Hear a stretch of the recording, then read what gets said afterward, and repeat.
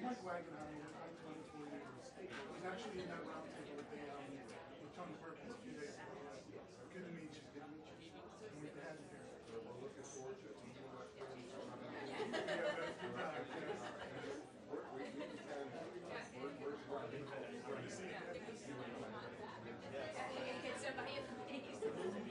you going to be confirmed together?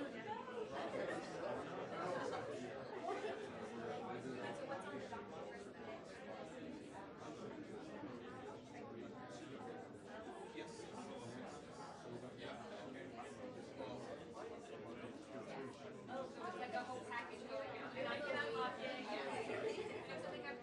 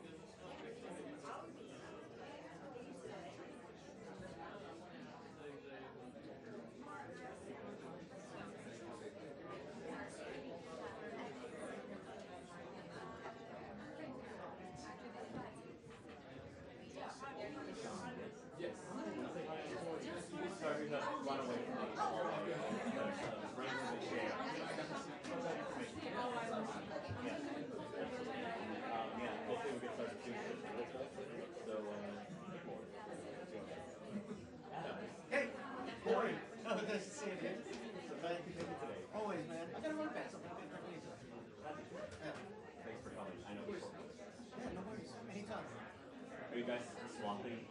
No. No. Just for a second. Okay. I'm setting up my camera. I'm using her as a host. I'm fine. Thank you very much.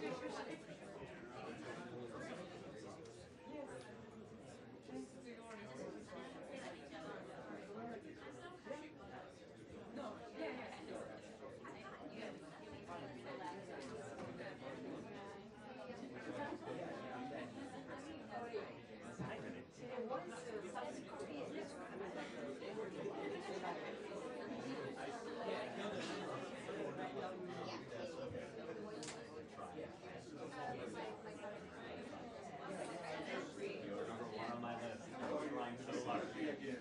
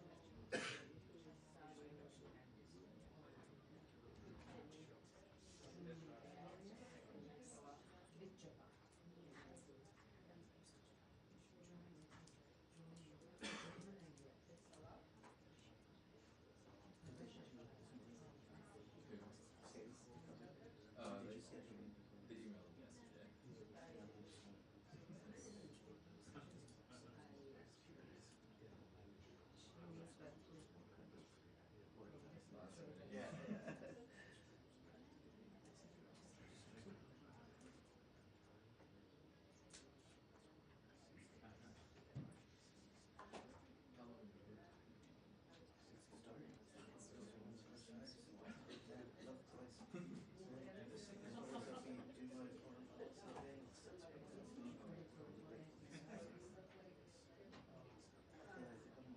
Maybe one of possibly two originals that are still there. Yeah, that's what I'm saying. I'm getting old.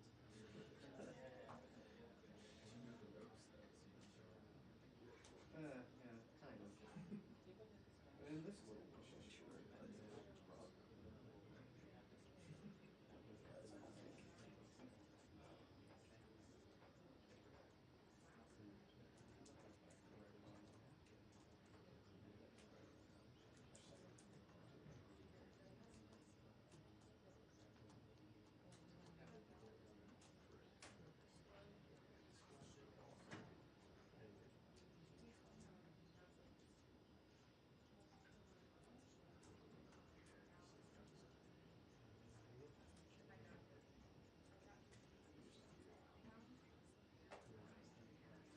Not yet. Give me 1 second. Give me 1 second.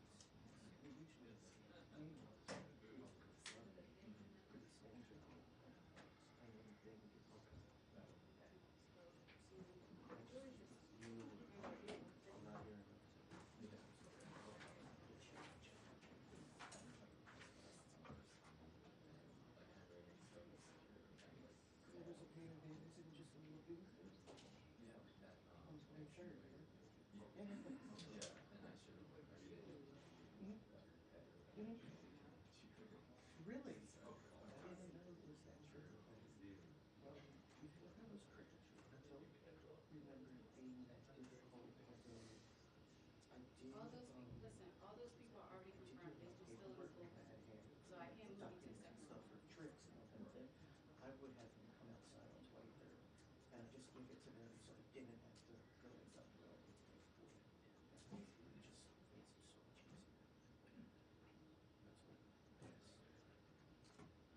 Yes. What's up? Not yet. Only social. I have been for security on trips, and I don't remember that ever particularly close. I have no problem. Especially with that. I do what I'm told.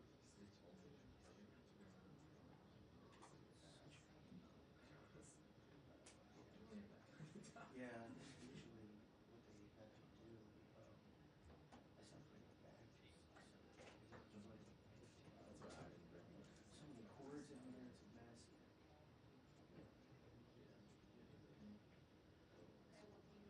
Fully support, always.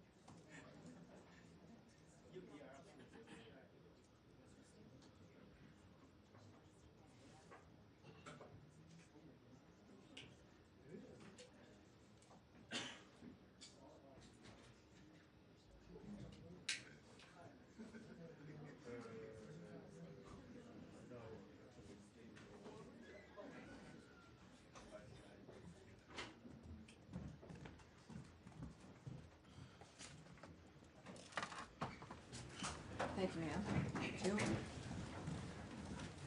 Hi, everybody. I know it was, oh, good. We're still getting some seats here. We're good. Welcome aboard, everybody. Thank you very much for being here. Nice and air-conditioned, not like outside. So I do have a few announcements, of course, as you might imagine, and then we will, the Imperial we, will take your questions. Thank you all for being here. I do appreciate it. Under the leadership of President Trump and Secretary Marco Rubio, the United States continues to pursue a clear-eyed foreign policy that prioritizes the safety, prosperity, and global standing of the American people. Last week, the department welcomed delegations from the Democratic Republic of the Congo and Rwanda to Washington to support implementation of the June 27th peace agreement, led by senior advisor Boulos. These discussions focused on regional security, cooperation, and economic development, critical pillars for achieving lasting peace and prosperity in the Great Lakes region. And today, Denmark, Norway, and Sweden announced they would fund an additional $500 million package of U.S.-made equipment for Ukraine. In addition, yesterday, the Netherlands announced it will fund the first package of U.S.-made weapons and munitions, including Patriot missiles, worth over $500 million. Together, these deliveries total over $1 billion of life-saving, top-of-the-line American equipment that, as noted by Ambassador Whitaker, will allow Ukraine to, quote, protect critical infrastructure and civilian lives while also staying in the fight until a lasting ceasefire happens. These commitments deliver on President Trump's initiative to facilitate billions of dollars in investment to the United States defense industry and create American jobs while ensuring Europe can ultimately defend itself long-term. Additionally, today, the State Department published a temporary final rule in the Federal Register. I know that sounds kind of bureaucratic-like for everyone watching at home. This is to implement a visa bond pilot program under the Immigration and Nationality Act, consistent with Executive Order 14159, beginning August 20th. Nationals of Malawi and Zambia applying for B1, B2 business and tourist visas will be required to post a bond of up to $15,000. This targeted common sense measure reinforces the administration's commitment to U.S. immigration law while deterring visa overstays. Now, turning to our disaster response for the Philippines. With $250,000 in funding from the Department of State, the World Food Program is transporting family food packs to flood-affected people across central and northern Luzon, with nearly 14,000 delivered to date. The department is providing an additional $250,000 to provide emergency shelter assistance to meet the needs of over 15,000 disaster-affected individuals. Finally, President Trump is signing an executive order today establishing a White House task force on the 2028 Summer Olympic and Paralympic Games. With Los Angeles set to host the World, the task force will coordinate across federal, state, and local agencies to ensure streamlined visa processes, robust security, and efficient transportation. This action highlights America's enduring role as a global leader and premier destination for international engagement, tourism, and sports diplomacy. All right, so a bunch of stuff there. I am looking forward now to taking your questions. And we'll start here. Yes, ma'am. Nice to see you up here as opposed to further back. Welcome aboard. Very revolutionary. And you know, before you begin, I do want to announce everyone who is in the front row today. As we know, we have guests as well as regular attendees here in the room for our front row. First, we have Mal MacIver Sheridan with Kyoto. We have Sarah Karakam with Hulk TV Turkey. Sean Fleetwood with The Federalist. Adam Credo with the Washington Free Beacon. I know your avatar on social media. Now everyone's going to be able to see your face. John Lyons, or is it John or Kamen? Kamen, welcome aboard. Kamen Gok with ABC Australia. And Jacob with the Times of Israel. Welcome aboard. Nice to see you again. Saw you this morning. All right, everyone. So now again, Sarah, let's start with you. Thank you very much. I want to start with Syria. SDF military leader Mazlum Abdi recently stated that Syria should adopt a decentralized structure where all groups have the right to self-governance. He added that a centralized system has already failed. He also said that during his meeting with U.S. Ambassador to Turkey and Special Envoy Thomas Barak, that Ms. Barak came to understand that Syria cannot be governed from a single center. Given that and considering Turkey's strong opposition to any form of Kurdish autonomy in the northeast due to SDF's ties to PKK, an organization that is reportedly now engaged in a disarmament reintegration process in Turkey, albeit with no formal outcome yet, does the U.S. support the SDF's apparent push to establish a parallel or federal governing structure rather than reintegrating into the central Syrian regime? Has the U.S. position on Syria's territorial integrity shifted or softened in any way? So in general about Syria, I think this is important. First thing I want to do is read a tweet from Ambassador Barak, our ambassador to Turkey, as well as, of course, our special envoy there in the Middle East as well, Syria and Lebanon. He tweeted, disturbing violence erupted yesterday, this was on August 4th, I should say, in Sueda and in Manbij. Diplomacy is the best way to stop violence and build a peaceful, lasting solution. The United States is proud to have helped mediate a solution in Sueda and to be co-mediating with France the reintegration of the Northeast into a unified Syria. The path ahead belongs to Syrians, urging all sides to uphold calm and resolve differences through dialogue, not bloodshed. Syria deserves stability. Syrians deserve peace. When it comes to, I guess you're asking about Turkey and the single center governance, did you change your stance on that?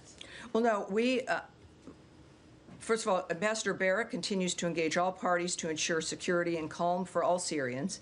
But we are continuing to support dialogue with the Syrian government and the Syrian democratic forces aimed at integrating the SDF into the Syrian military. Of course, we welcome all productive meetings between the SDF and President al-Shura. We also support the SDF's intent to transform the current ceasefire in northeast Syria into a comprehensive and lasting peace.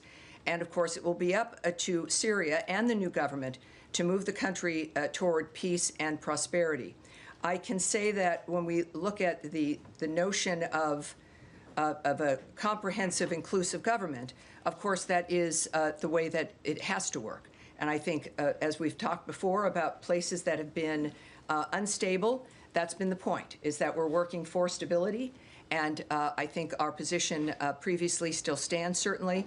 And we continue with democracy being vitally important, as well as diplomacy when it comes to the nature of how we solve the problems there. A short follow-up, please. Is the U.S. following Turkey's newly formed parliamentary commission that is reportedly working to end PKK's armed campaign, potentially through reforms and in counterterrorism criminal legislation change for a peaceful transition? If so, how might that effort affect your approach to northern Syria and your ongoing partnerships on the ground? Well, first of all, we won't comment on actions that governments are taking internally when it comes to legislation or moves that they seek to make. Nor will I discuss the impact on what our negotiations might be or our relationship with other governments that are affected by something like that. At the same time, I'll take that back to a degree to see if there has been any remarks or elements that might be helpful. And again, for those watching at home, when we say we're going to take back a question, it means that we're going to get an answer to that question in some form and get it back directly to the reporter as well. So I think we've got a good track record in that regard. All right, yes, Leon. Yes, hi, thanks, Tammy. I'd like to speak a little bit about Gaza. The Israeli Prime Minister had a cabinet meeting earlier. They're settling on a new plan for Gaza, which according to certain reports would mean reoccupying all of Gaza. What is the State Department's position on that? Would you support an occupation of all of Gaza? Well, of course, you know what we're focused on still, getting the hostages out after what we saw with videos over the last couple of days. It is a reminder to people about the evil that has been running this terror operation in Gaza via, of course, through Hamas. What I can tell you is that we would refer you in that instance regarding Israel's plans to the government of Israel. And regarding that reporting, again, reporting is one thing, real plans might be another. We are not in the business of interpreting statements from foreign governments when and if they're made. We do remain focused on freeing the hostages, including the remains of 2 Americans, and ensuring that Hamas never rules Gaza again. All right. Yes, sir, from Australia. Thank you, Tammy. For a country like Australia, even though we have a free trade agreement, we're now being hit with tariffs. The US is reviewing the AUKUS submarine agreement, and it seems our Prime Minister can't even get a meeting with your President. What does this say about the way the United States now views some of its relationships with its traditional allies? Well, I don't speak for President Trump, right? He's made clear his intentions and his efforts around the world.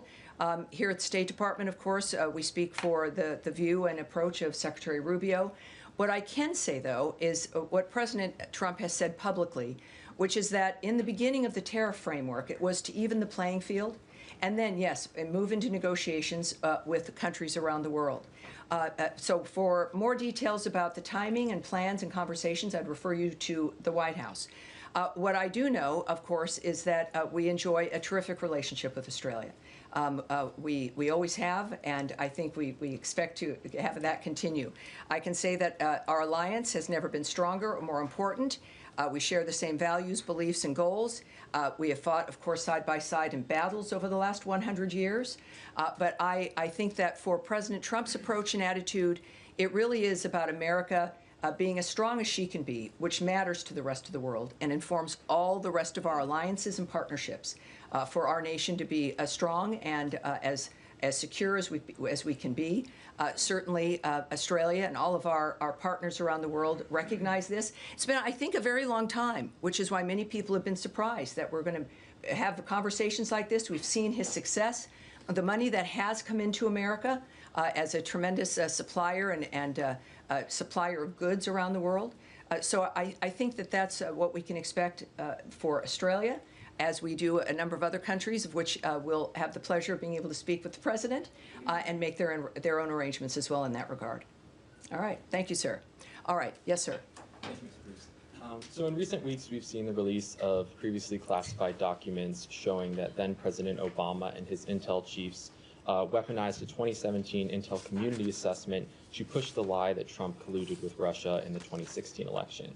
And in this ICA, which showed at the behest of Obama's intel chiefs, included weak and misinterpreted intel to push the notion that Russia wanted Trump to win the election. Mm-hmm. Meanwhile, the ICA did not include evidence showing the opposite.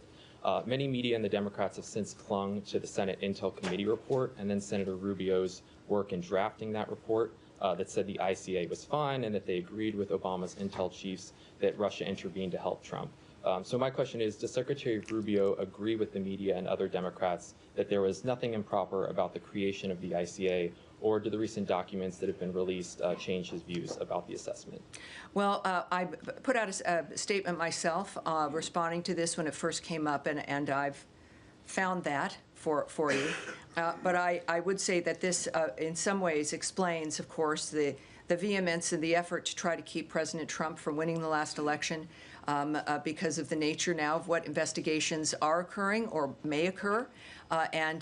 This is what the American people voted for. We saw a great deal going on that was improper, and so we look forward, of course, to what these investigations reveal. Regarding Secretary Rubio, as then Senator Rubio, my statement was this, I think maybe over a week ago. If the legacy media were at all curious about the facts of the matter, they would have found from then Senator Rubio's own statement from 2020 concurrence with DNI Gabbard's consequential findings. Then Senator Rubio determined that the use of the Steele dossier was, quote, very troubling, but even more so, he was alarmed by the behavior and the actions of the FBI in pursuit of what has now been confirmed as a dangerous hoax. His statement revealed serious wrongdoing leading to one of the most infamous political scandals in American history, And of course, I think that at that time was appropriate.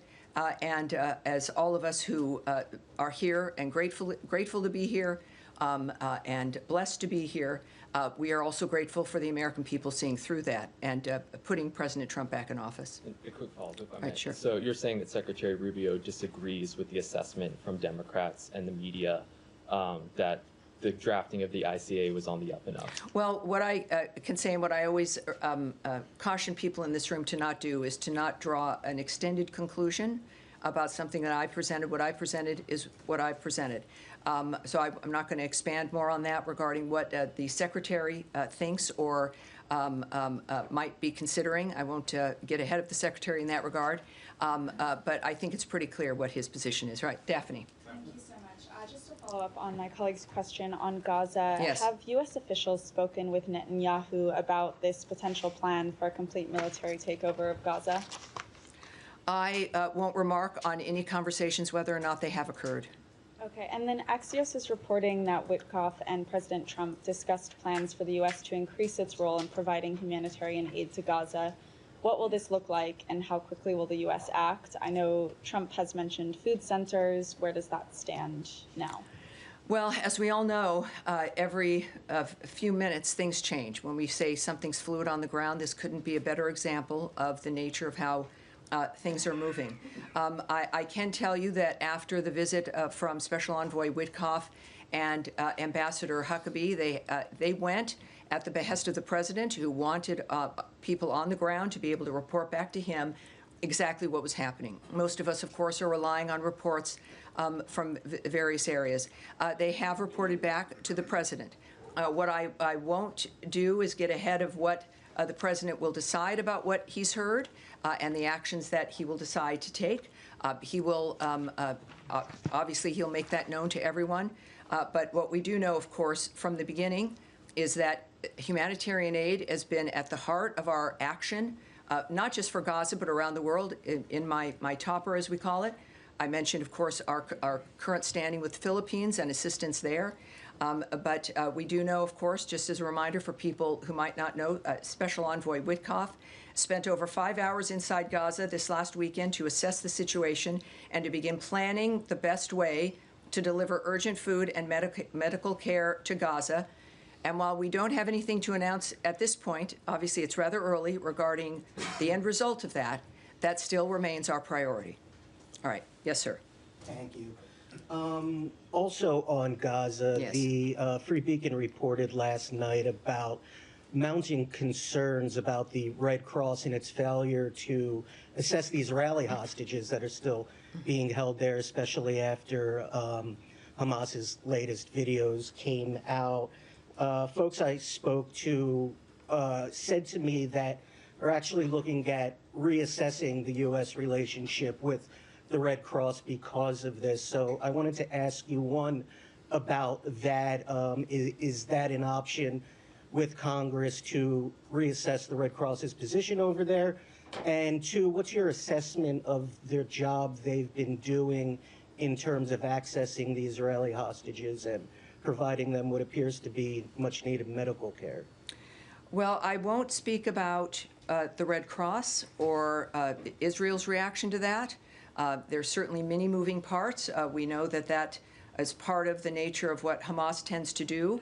I believe that there were some requirements for them to allow that, but I won't get into those particular details. Obviously, though, with what we've seen with those videos, I've referred to Hamas as monsters in this room. They are clearly a terrorist group. Their main support has been Iran, and they are on their heels now. Clearly, the Middle East is changing, and it is a change that President Trump has asked to be one that is a reflection of new ideas, of having this be a durable peace, not this vicious circle of it happening several times during each generation as though this was some new normal. We reject that. It is clear that the time is now to make the difference it is about, of course, the Israeli people. But the nationalities involved in October 7th, the way that this affects the world as they continue to contribute to try to make a difference, it's a world we all deserve better.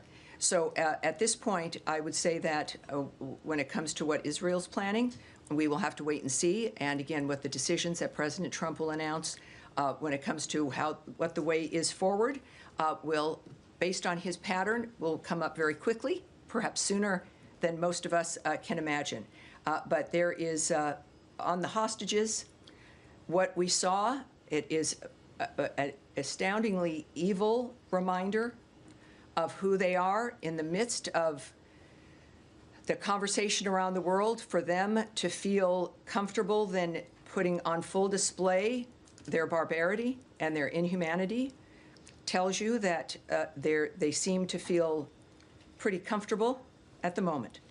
All of us, the world was appalled. I mean, there's just no other way to describe it.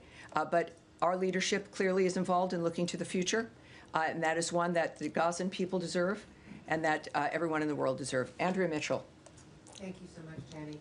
I wanted to ask you what the State Department or Secretary Rubio's position is on what to do with warehoused excess food from USAID, some of which has not spoiled, biscuits in Dubai, peanut paste, and whether that should be distributed. It's all been paid for by the taxpayers. So is there a view toward whether it should be incinerated or distributed or some combination? Is there a plan afoot? Well, there's many moving parts, I can say. There is a dynamic involving various different considerations regarding expired food, regarding our Mexico City policy when it comes to certain items as well. And food, we discussed this before, but it's worth repeating. We have food that is purchased, meant to be distributed to specific locations. And then there is food in various locations around the world that is for global emergencies, that sits. And it's food that is meant not to be moved. It's food to be there if there is an emergency where people have to be fed in a quick way with food that is sustainable and and that can be maintained for an extended period of time. But that is food. It's all right. That's the electronic world. It's food that is meant to not be moved. But then there's food, of course, that is there, that is stored in certain places, that is meant for a location. And that moves out and it gets distributed where it should be. But if food is spoiled, it will be destroyed. We are not going to distribute food that is expired. If there is food that is meant for emergencies that has expired, we'll deal with that also accordingly. Is there any circumstance under which the State Department would countenance destroying unspoiled food for some reason? Well, I again, don't know of all the circumstances. I can say that there could be a reason of all the things that exist around the world, whether it is the inability for us to move it, a refusal of a government to allow us access or to move it to another country. I can't speak. There are many, many different fronts about why certain decisions are made. What I can tell you is what I've watched over the last 6 months are people who've been here for years, sometimes decades. I see you, sir. Keep your hand down. Thank you very much. Of people who've worked here on these issues for a very long time, others of us who are new because of the election. And the focus has been on how can we make these things work? How can we save enough of whatever the issue is? If it's about funding, if it's about food, if it's about what do we need, how can we make it work, but within the smartest, fastest, most nimble way to be able to help as many people as possible. No one is sitting in a room thinking, how can we destroy as much stuff as possible? That's not our goal. I've spoken in this room many times about the impact of the people who are Foreign Service officers and who are civil servants, who've dedicated their lives, their professions, to making a difference for people around the world. They are still here. They still care deeply. And we are here to try to manage, right, the largest, the most amazing government in the world and what we can do for the people around the world while still paying the respect and the deference to the American people and what they deserve first, so that we can remain the powerhouse and the helper and the friend that we are around the world. So each situation is different, but our goal is to make sure that we, of course, we do remain in the foreign aid business. We remain a facilitator of things that the world needs. Many people probably didn't know that we have these food stores around the world waiting in case something happens. But we need to be able to facilitate that, and we're doing so transparently. We discuss this with you, and that's what I know about the people who work here. All right. Yes, sir. Thanks, Tammy.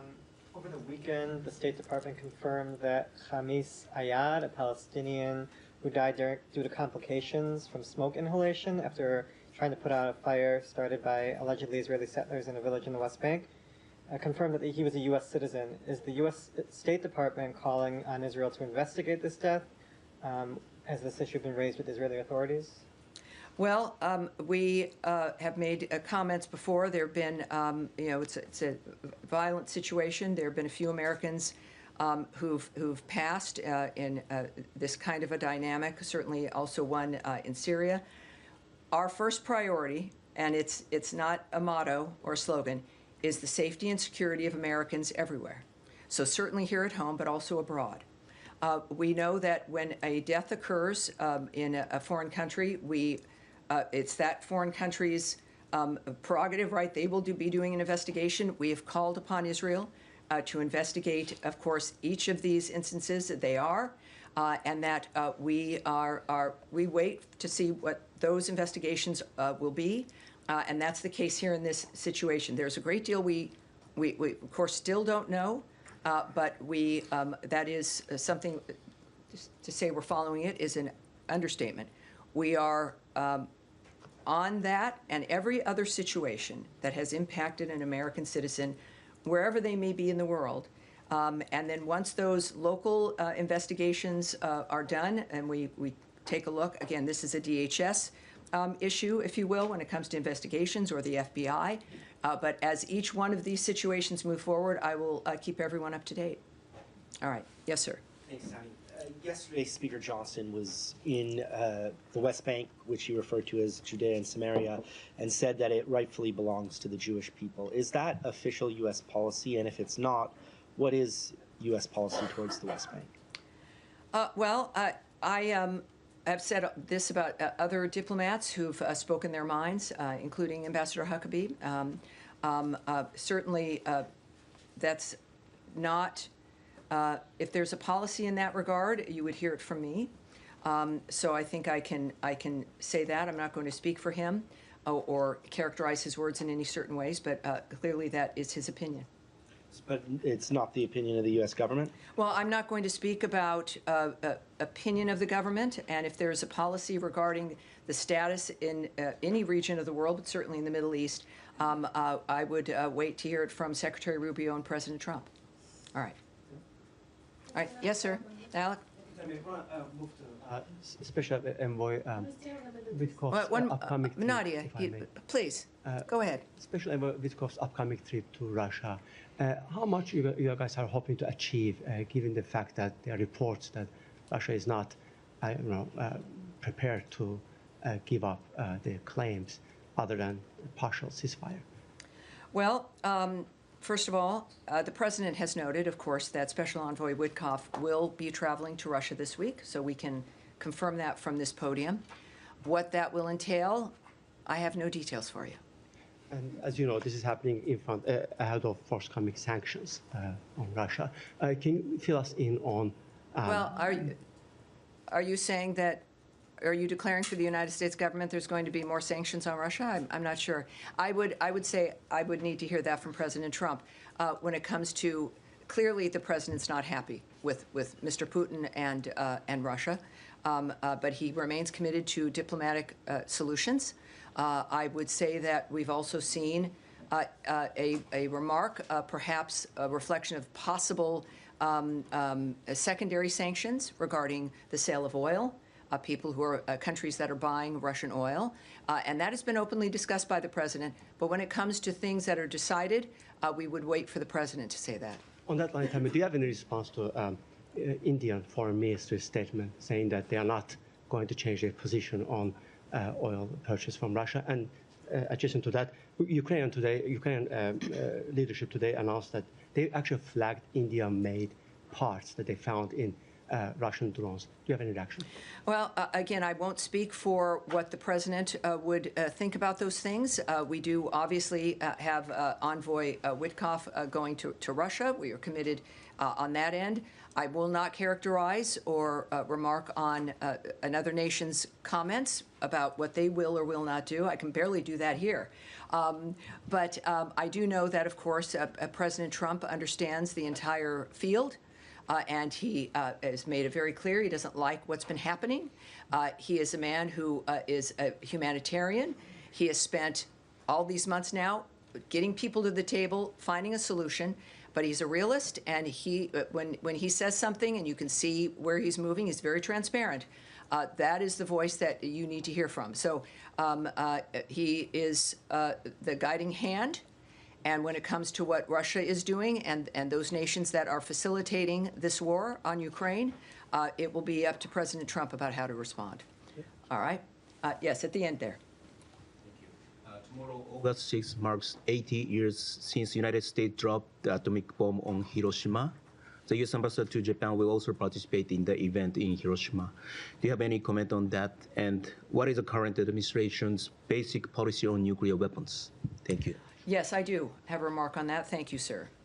So for tomorrow, 80 years ago, the United States and Japan concluded a devastating war in the Pacific. For 80 years, the United States and Japan, however, have stood shoulder to shoulder to safeguard peace and prosperity in the Pacific.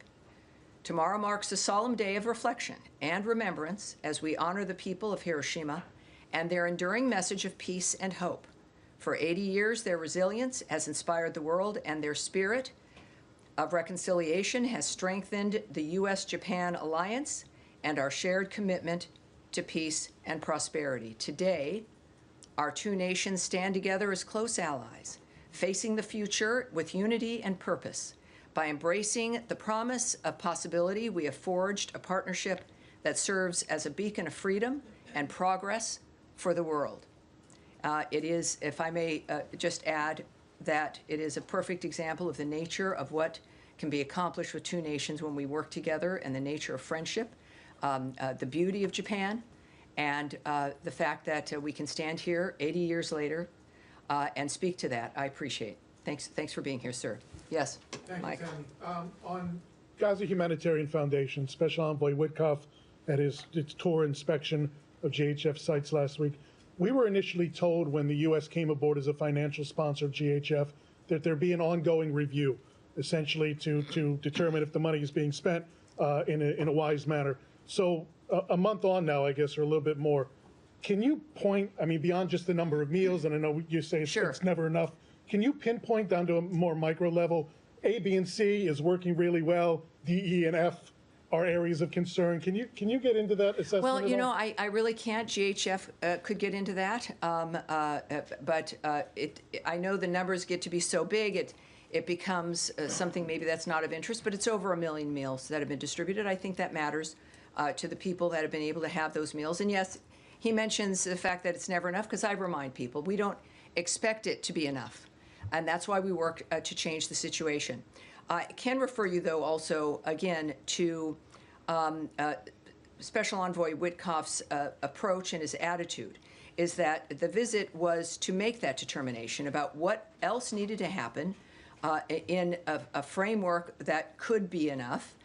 And I've noted, of course, the only enough would be in an arena that was not a war zone, and where you could actually build and facilitate something that could serve the people of that region. Very quickly, President Trump remarked on Sunday evening he wasn't sure if Ambassador Waltz would be a member of the cabinet as the eventual UN ambassador, which was a change because Elise Stefanik was supposed to be. Secretary Rubio have a position as to whether he wants the UN ambassador to be in the cabinet? Well, I love when you ask me the questions that you know I can't answer. So I'm not going to speak to what the president is thinking or considering regarding the cabinet or what other elements might be involved. Nor will I talk about Secretary Rubio's opinion about what may or may not happen hypothetically. All right. Thank you. And now to Nadia. Thanks for your patience. Thank you so much, Tammy. I wanted to press you again on the Gaza plan. The president said clearly and many times that he wants to end wars in the Middle East, and I believe that's the secretary's position. Yes, that's true. How does Netanyahu's plan or proposed plan of reoccupying Gaza fits into this vision, considering that many people believe that without American weapons, Israel cannot carry with this war? So you have lots of leverage to advise Prime Minister Netanyahu whether to take this decision or not. Well, you know, what I do love is when you're in the Oval Office and you're able to ask President Trump a direct question, which you've been able to do, and it's been very impressive. That is a question for the president. I would say, though, that and I'm, again, thrilled to be here with his leadership, in that we've seen him display what his commitment has been, which is to stop the suffering, end the carnage, bring peace for the who wouldn't if you had the wherewithal to do it. Of course, that's what we're doing. I certainly won't speak to what Israel's plans are. There's been many reports. I'm not going to speak to news reports or what another government is planning or not planning. What I do know is that this government, the Trump administration, is focused on this. It's clear this is what they intend to do. He wants this to end. He said that from the beginning, that the actions that we would take, it wouldn't be about months or years, about meeting to have meetings, and that there's resolutions. As a businessman, you've got to have a point where something is developed and produced and done. So I would say that considering we know that the Secretary Rubio, of course, working very closely, and also as the acting NSA, with the president in the White House, that we have, I would argue, the best minds in the world dealing with and deciding how to implement this notion that war-torn ravaging and suffering should never be someone's normal. That's what we will see from President Trump, Secretary Rubio, and this entire government as a whole. But we certainly won't comment on hypotheticals or speculating on what that might mean. The good news is you'll hear it right from them in a variety of different formats.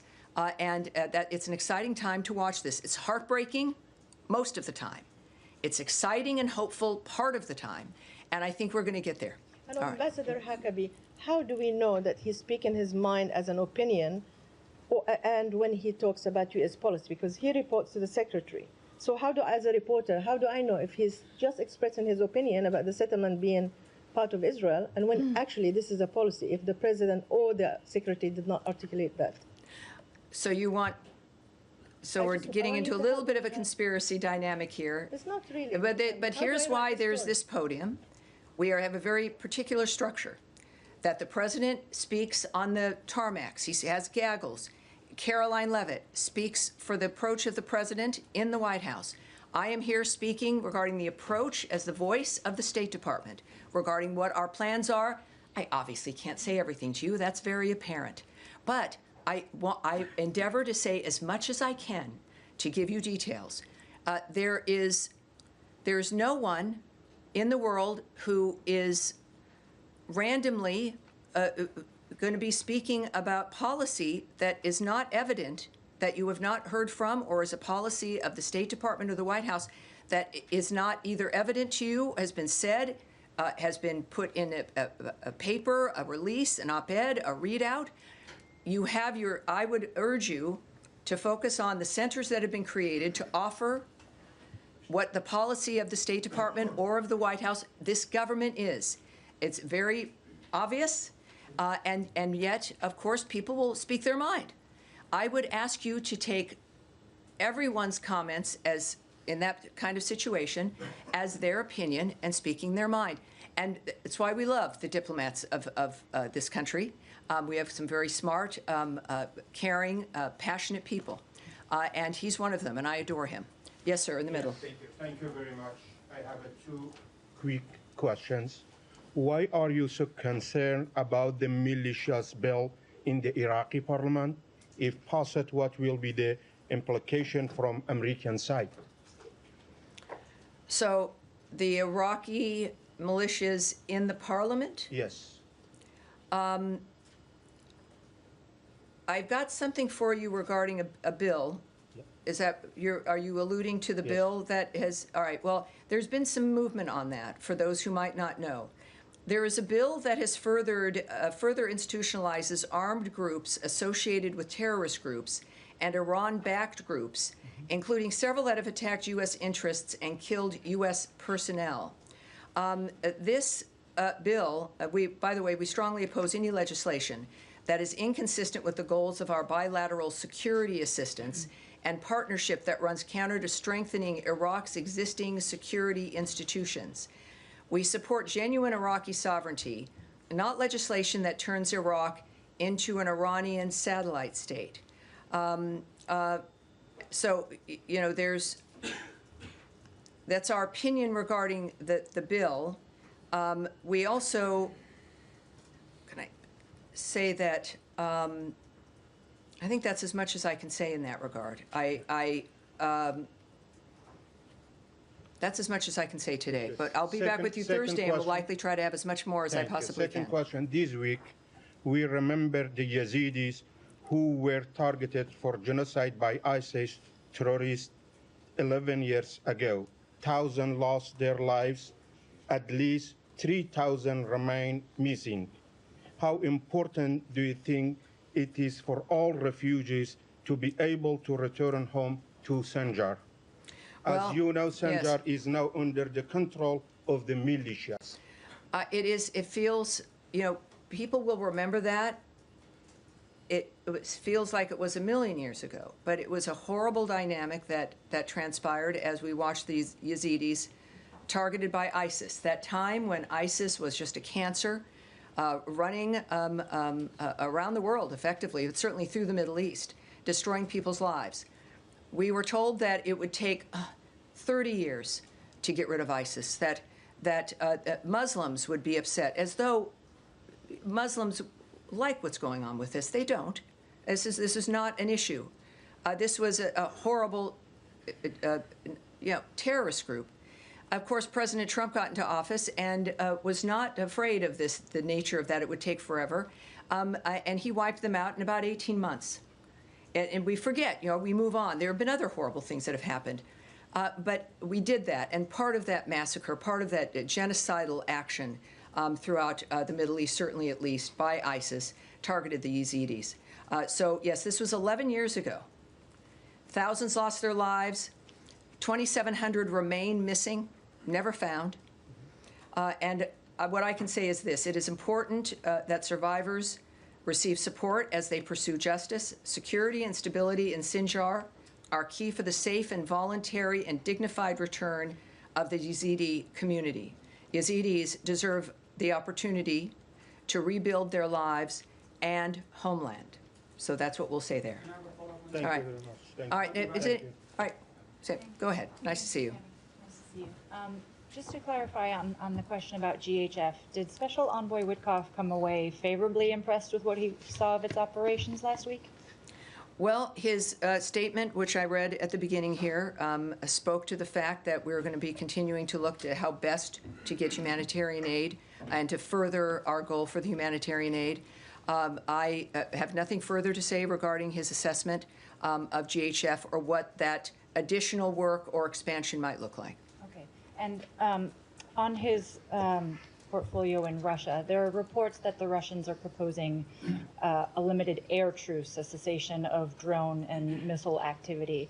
Would that be satisfactory to the U.S. in order to forestall sanctions?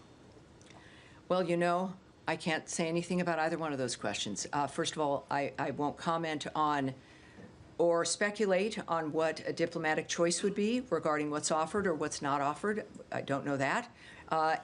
Nor would I suggest that I would know what President Trump would find suitable. And that's who this decision rests with. And on the purchases of oil, I think both India and China have indicated that they fully intend to continue purchasing Russian oil, whether or not U.S. sanctions are imposed. Is the U.S. seeking additional leverage in order to change Russian behavior, or what other levers is it going to reach? Well, we know there's, of course, there's sanctions. There's what's known as secondary sanctions, which is what we're talking about now, sanctioning a country or a company or others that might be doing business with a country that we have sanctioned in this instance. I know that President Trump, as we all know, has many tools in his tool chest. This is one of them. He has invested a great deal and will continue to, regarding the wars and the conflicts around the world to stop them.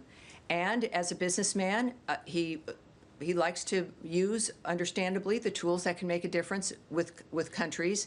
We usually, of course, that is about economy, the economics of what's happening. And that's a very specific approach. It's something every country can understand. It's a role that America can play. And certainly at the direction of President Trump, it makes a huge difference in what certain countries feel. Whether that's enough for him, what else he might do, I won't get ahead of him or speculate. All right. Yes, sir? Excuse me, on Iran, the Iranian government has established a Supreme National Defense Council. How does the U.S. see this? Does this show that the Iranians are getting ready for further escalation? And are there chances of future talks between Iran and the U.S.?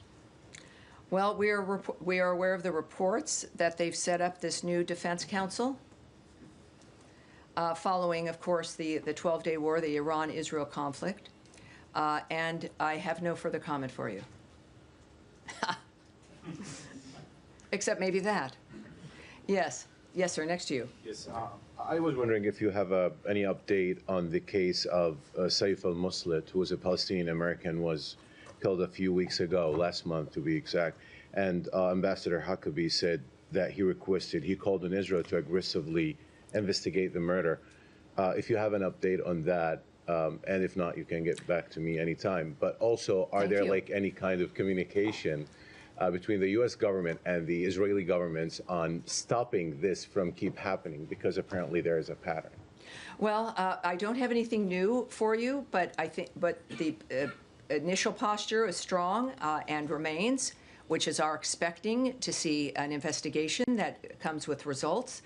And of course, we are constantly engaged with Israel. I can't speak to exactly what those conversations are or on what topics, but it's been obviously made very clear that we expect some information and a resolution to the nature of what occurred. And obviously, when we learn that, we will take further action. So I can't give you the details in this regard. I can tell you it should be a given that any place, and we've demonstrated this throughout the administration, throughout certainly Secretary Rubio's remarks and his actions, as well as President Trump's, that we are trying to stop conflicts. We are committed to ending carnage and death and destruction around the world for everyone, but certainly this is from a president whose America First policy recognizes the value and the importance of this country in increasing the value and importance of every other nation around the world. But that is, in our unique position as Americans in this country, reliant on the United States of America being as strong and as capable as possible, because the world has seen our nature, and that is to stop wars, deter them, try to have ceasefires, have peace around the world. And his commitment domestically, as you've seen, and a whole of government effort, not just around the world, but here at home, to make sure that Americans are safe everywhere, including at our border, in American cities and towns, in large urban areas, that Americans here in the United States, we deserve a better life. That is why President Trump was elected. It is what Americans voted for. But we also expect for Americans to feel that wherever they are in the world. So yes, I think it's safe to say, not that I've been a party to the conversation, that it's clear to the world that we expect Americans to be treated well, to be safe, and if something happens horribly, to have it be dealt with appropriately. That is, I think, the bottom line when it comes to when we say here at the State Department, the safety and security of Americans everywhere is our top priority. We're not kidding. and neither is the president, and neither is Secretary Rubio. That is it for today. Everyone, thank you very much. I appreciate it. We'll be back with you on Thursday. Thank you. Have a great day.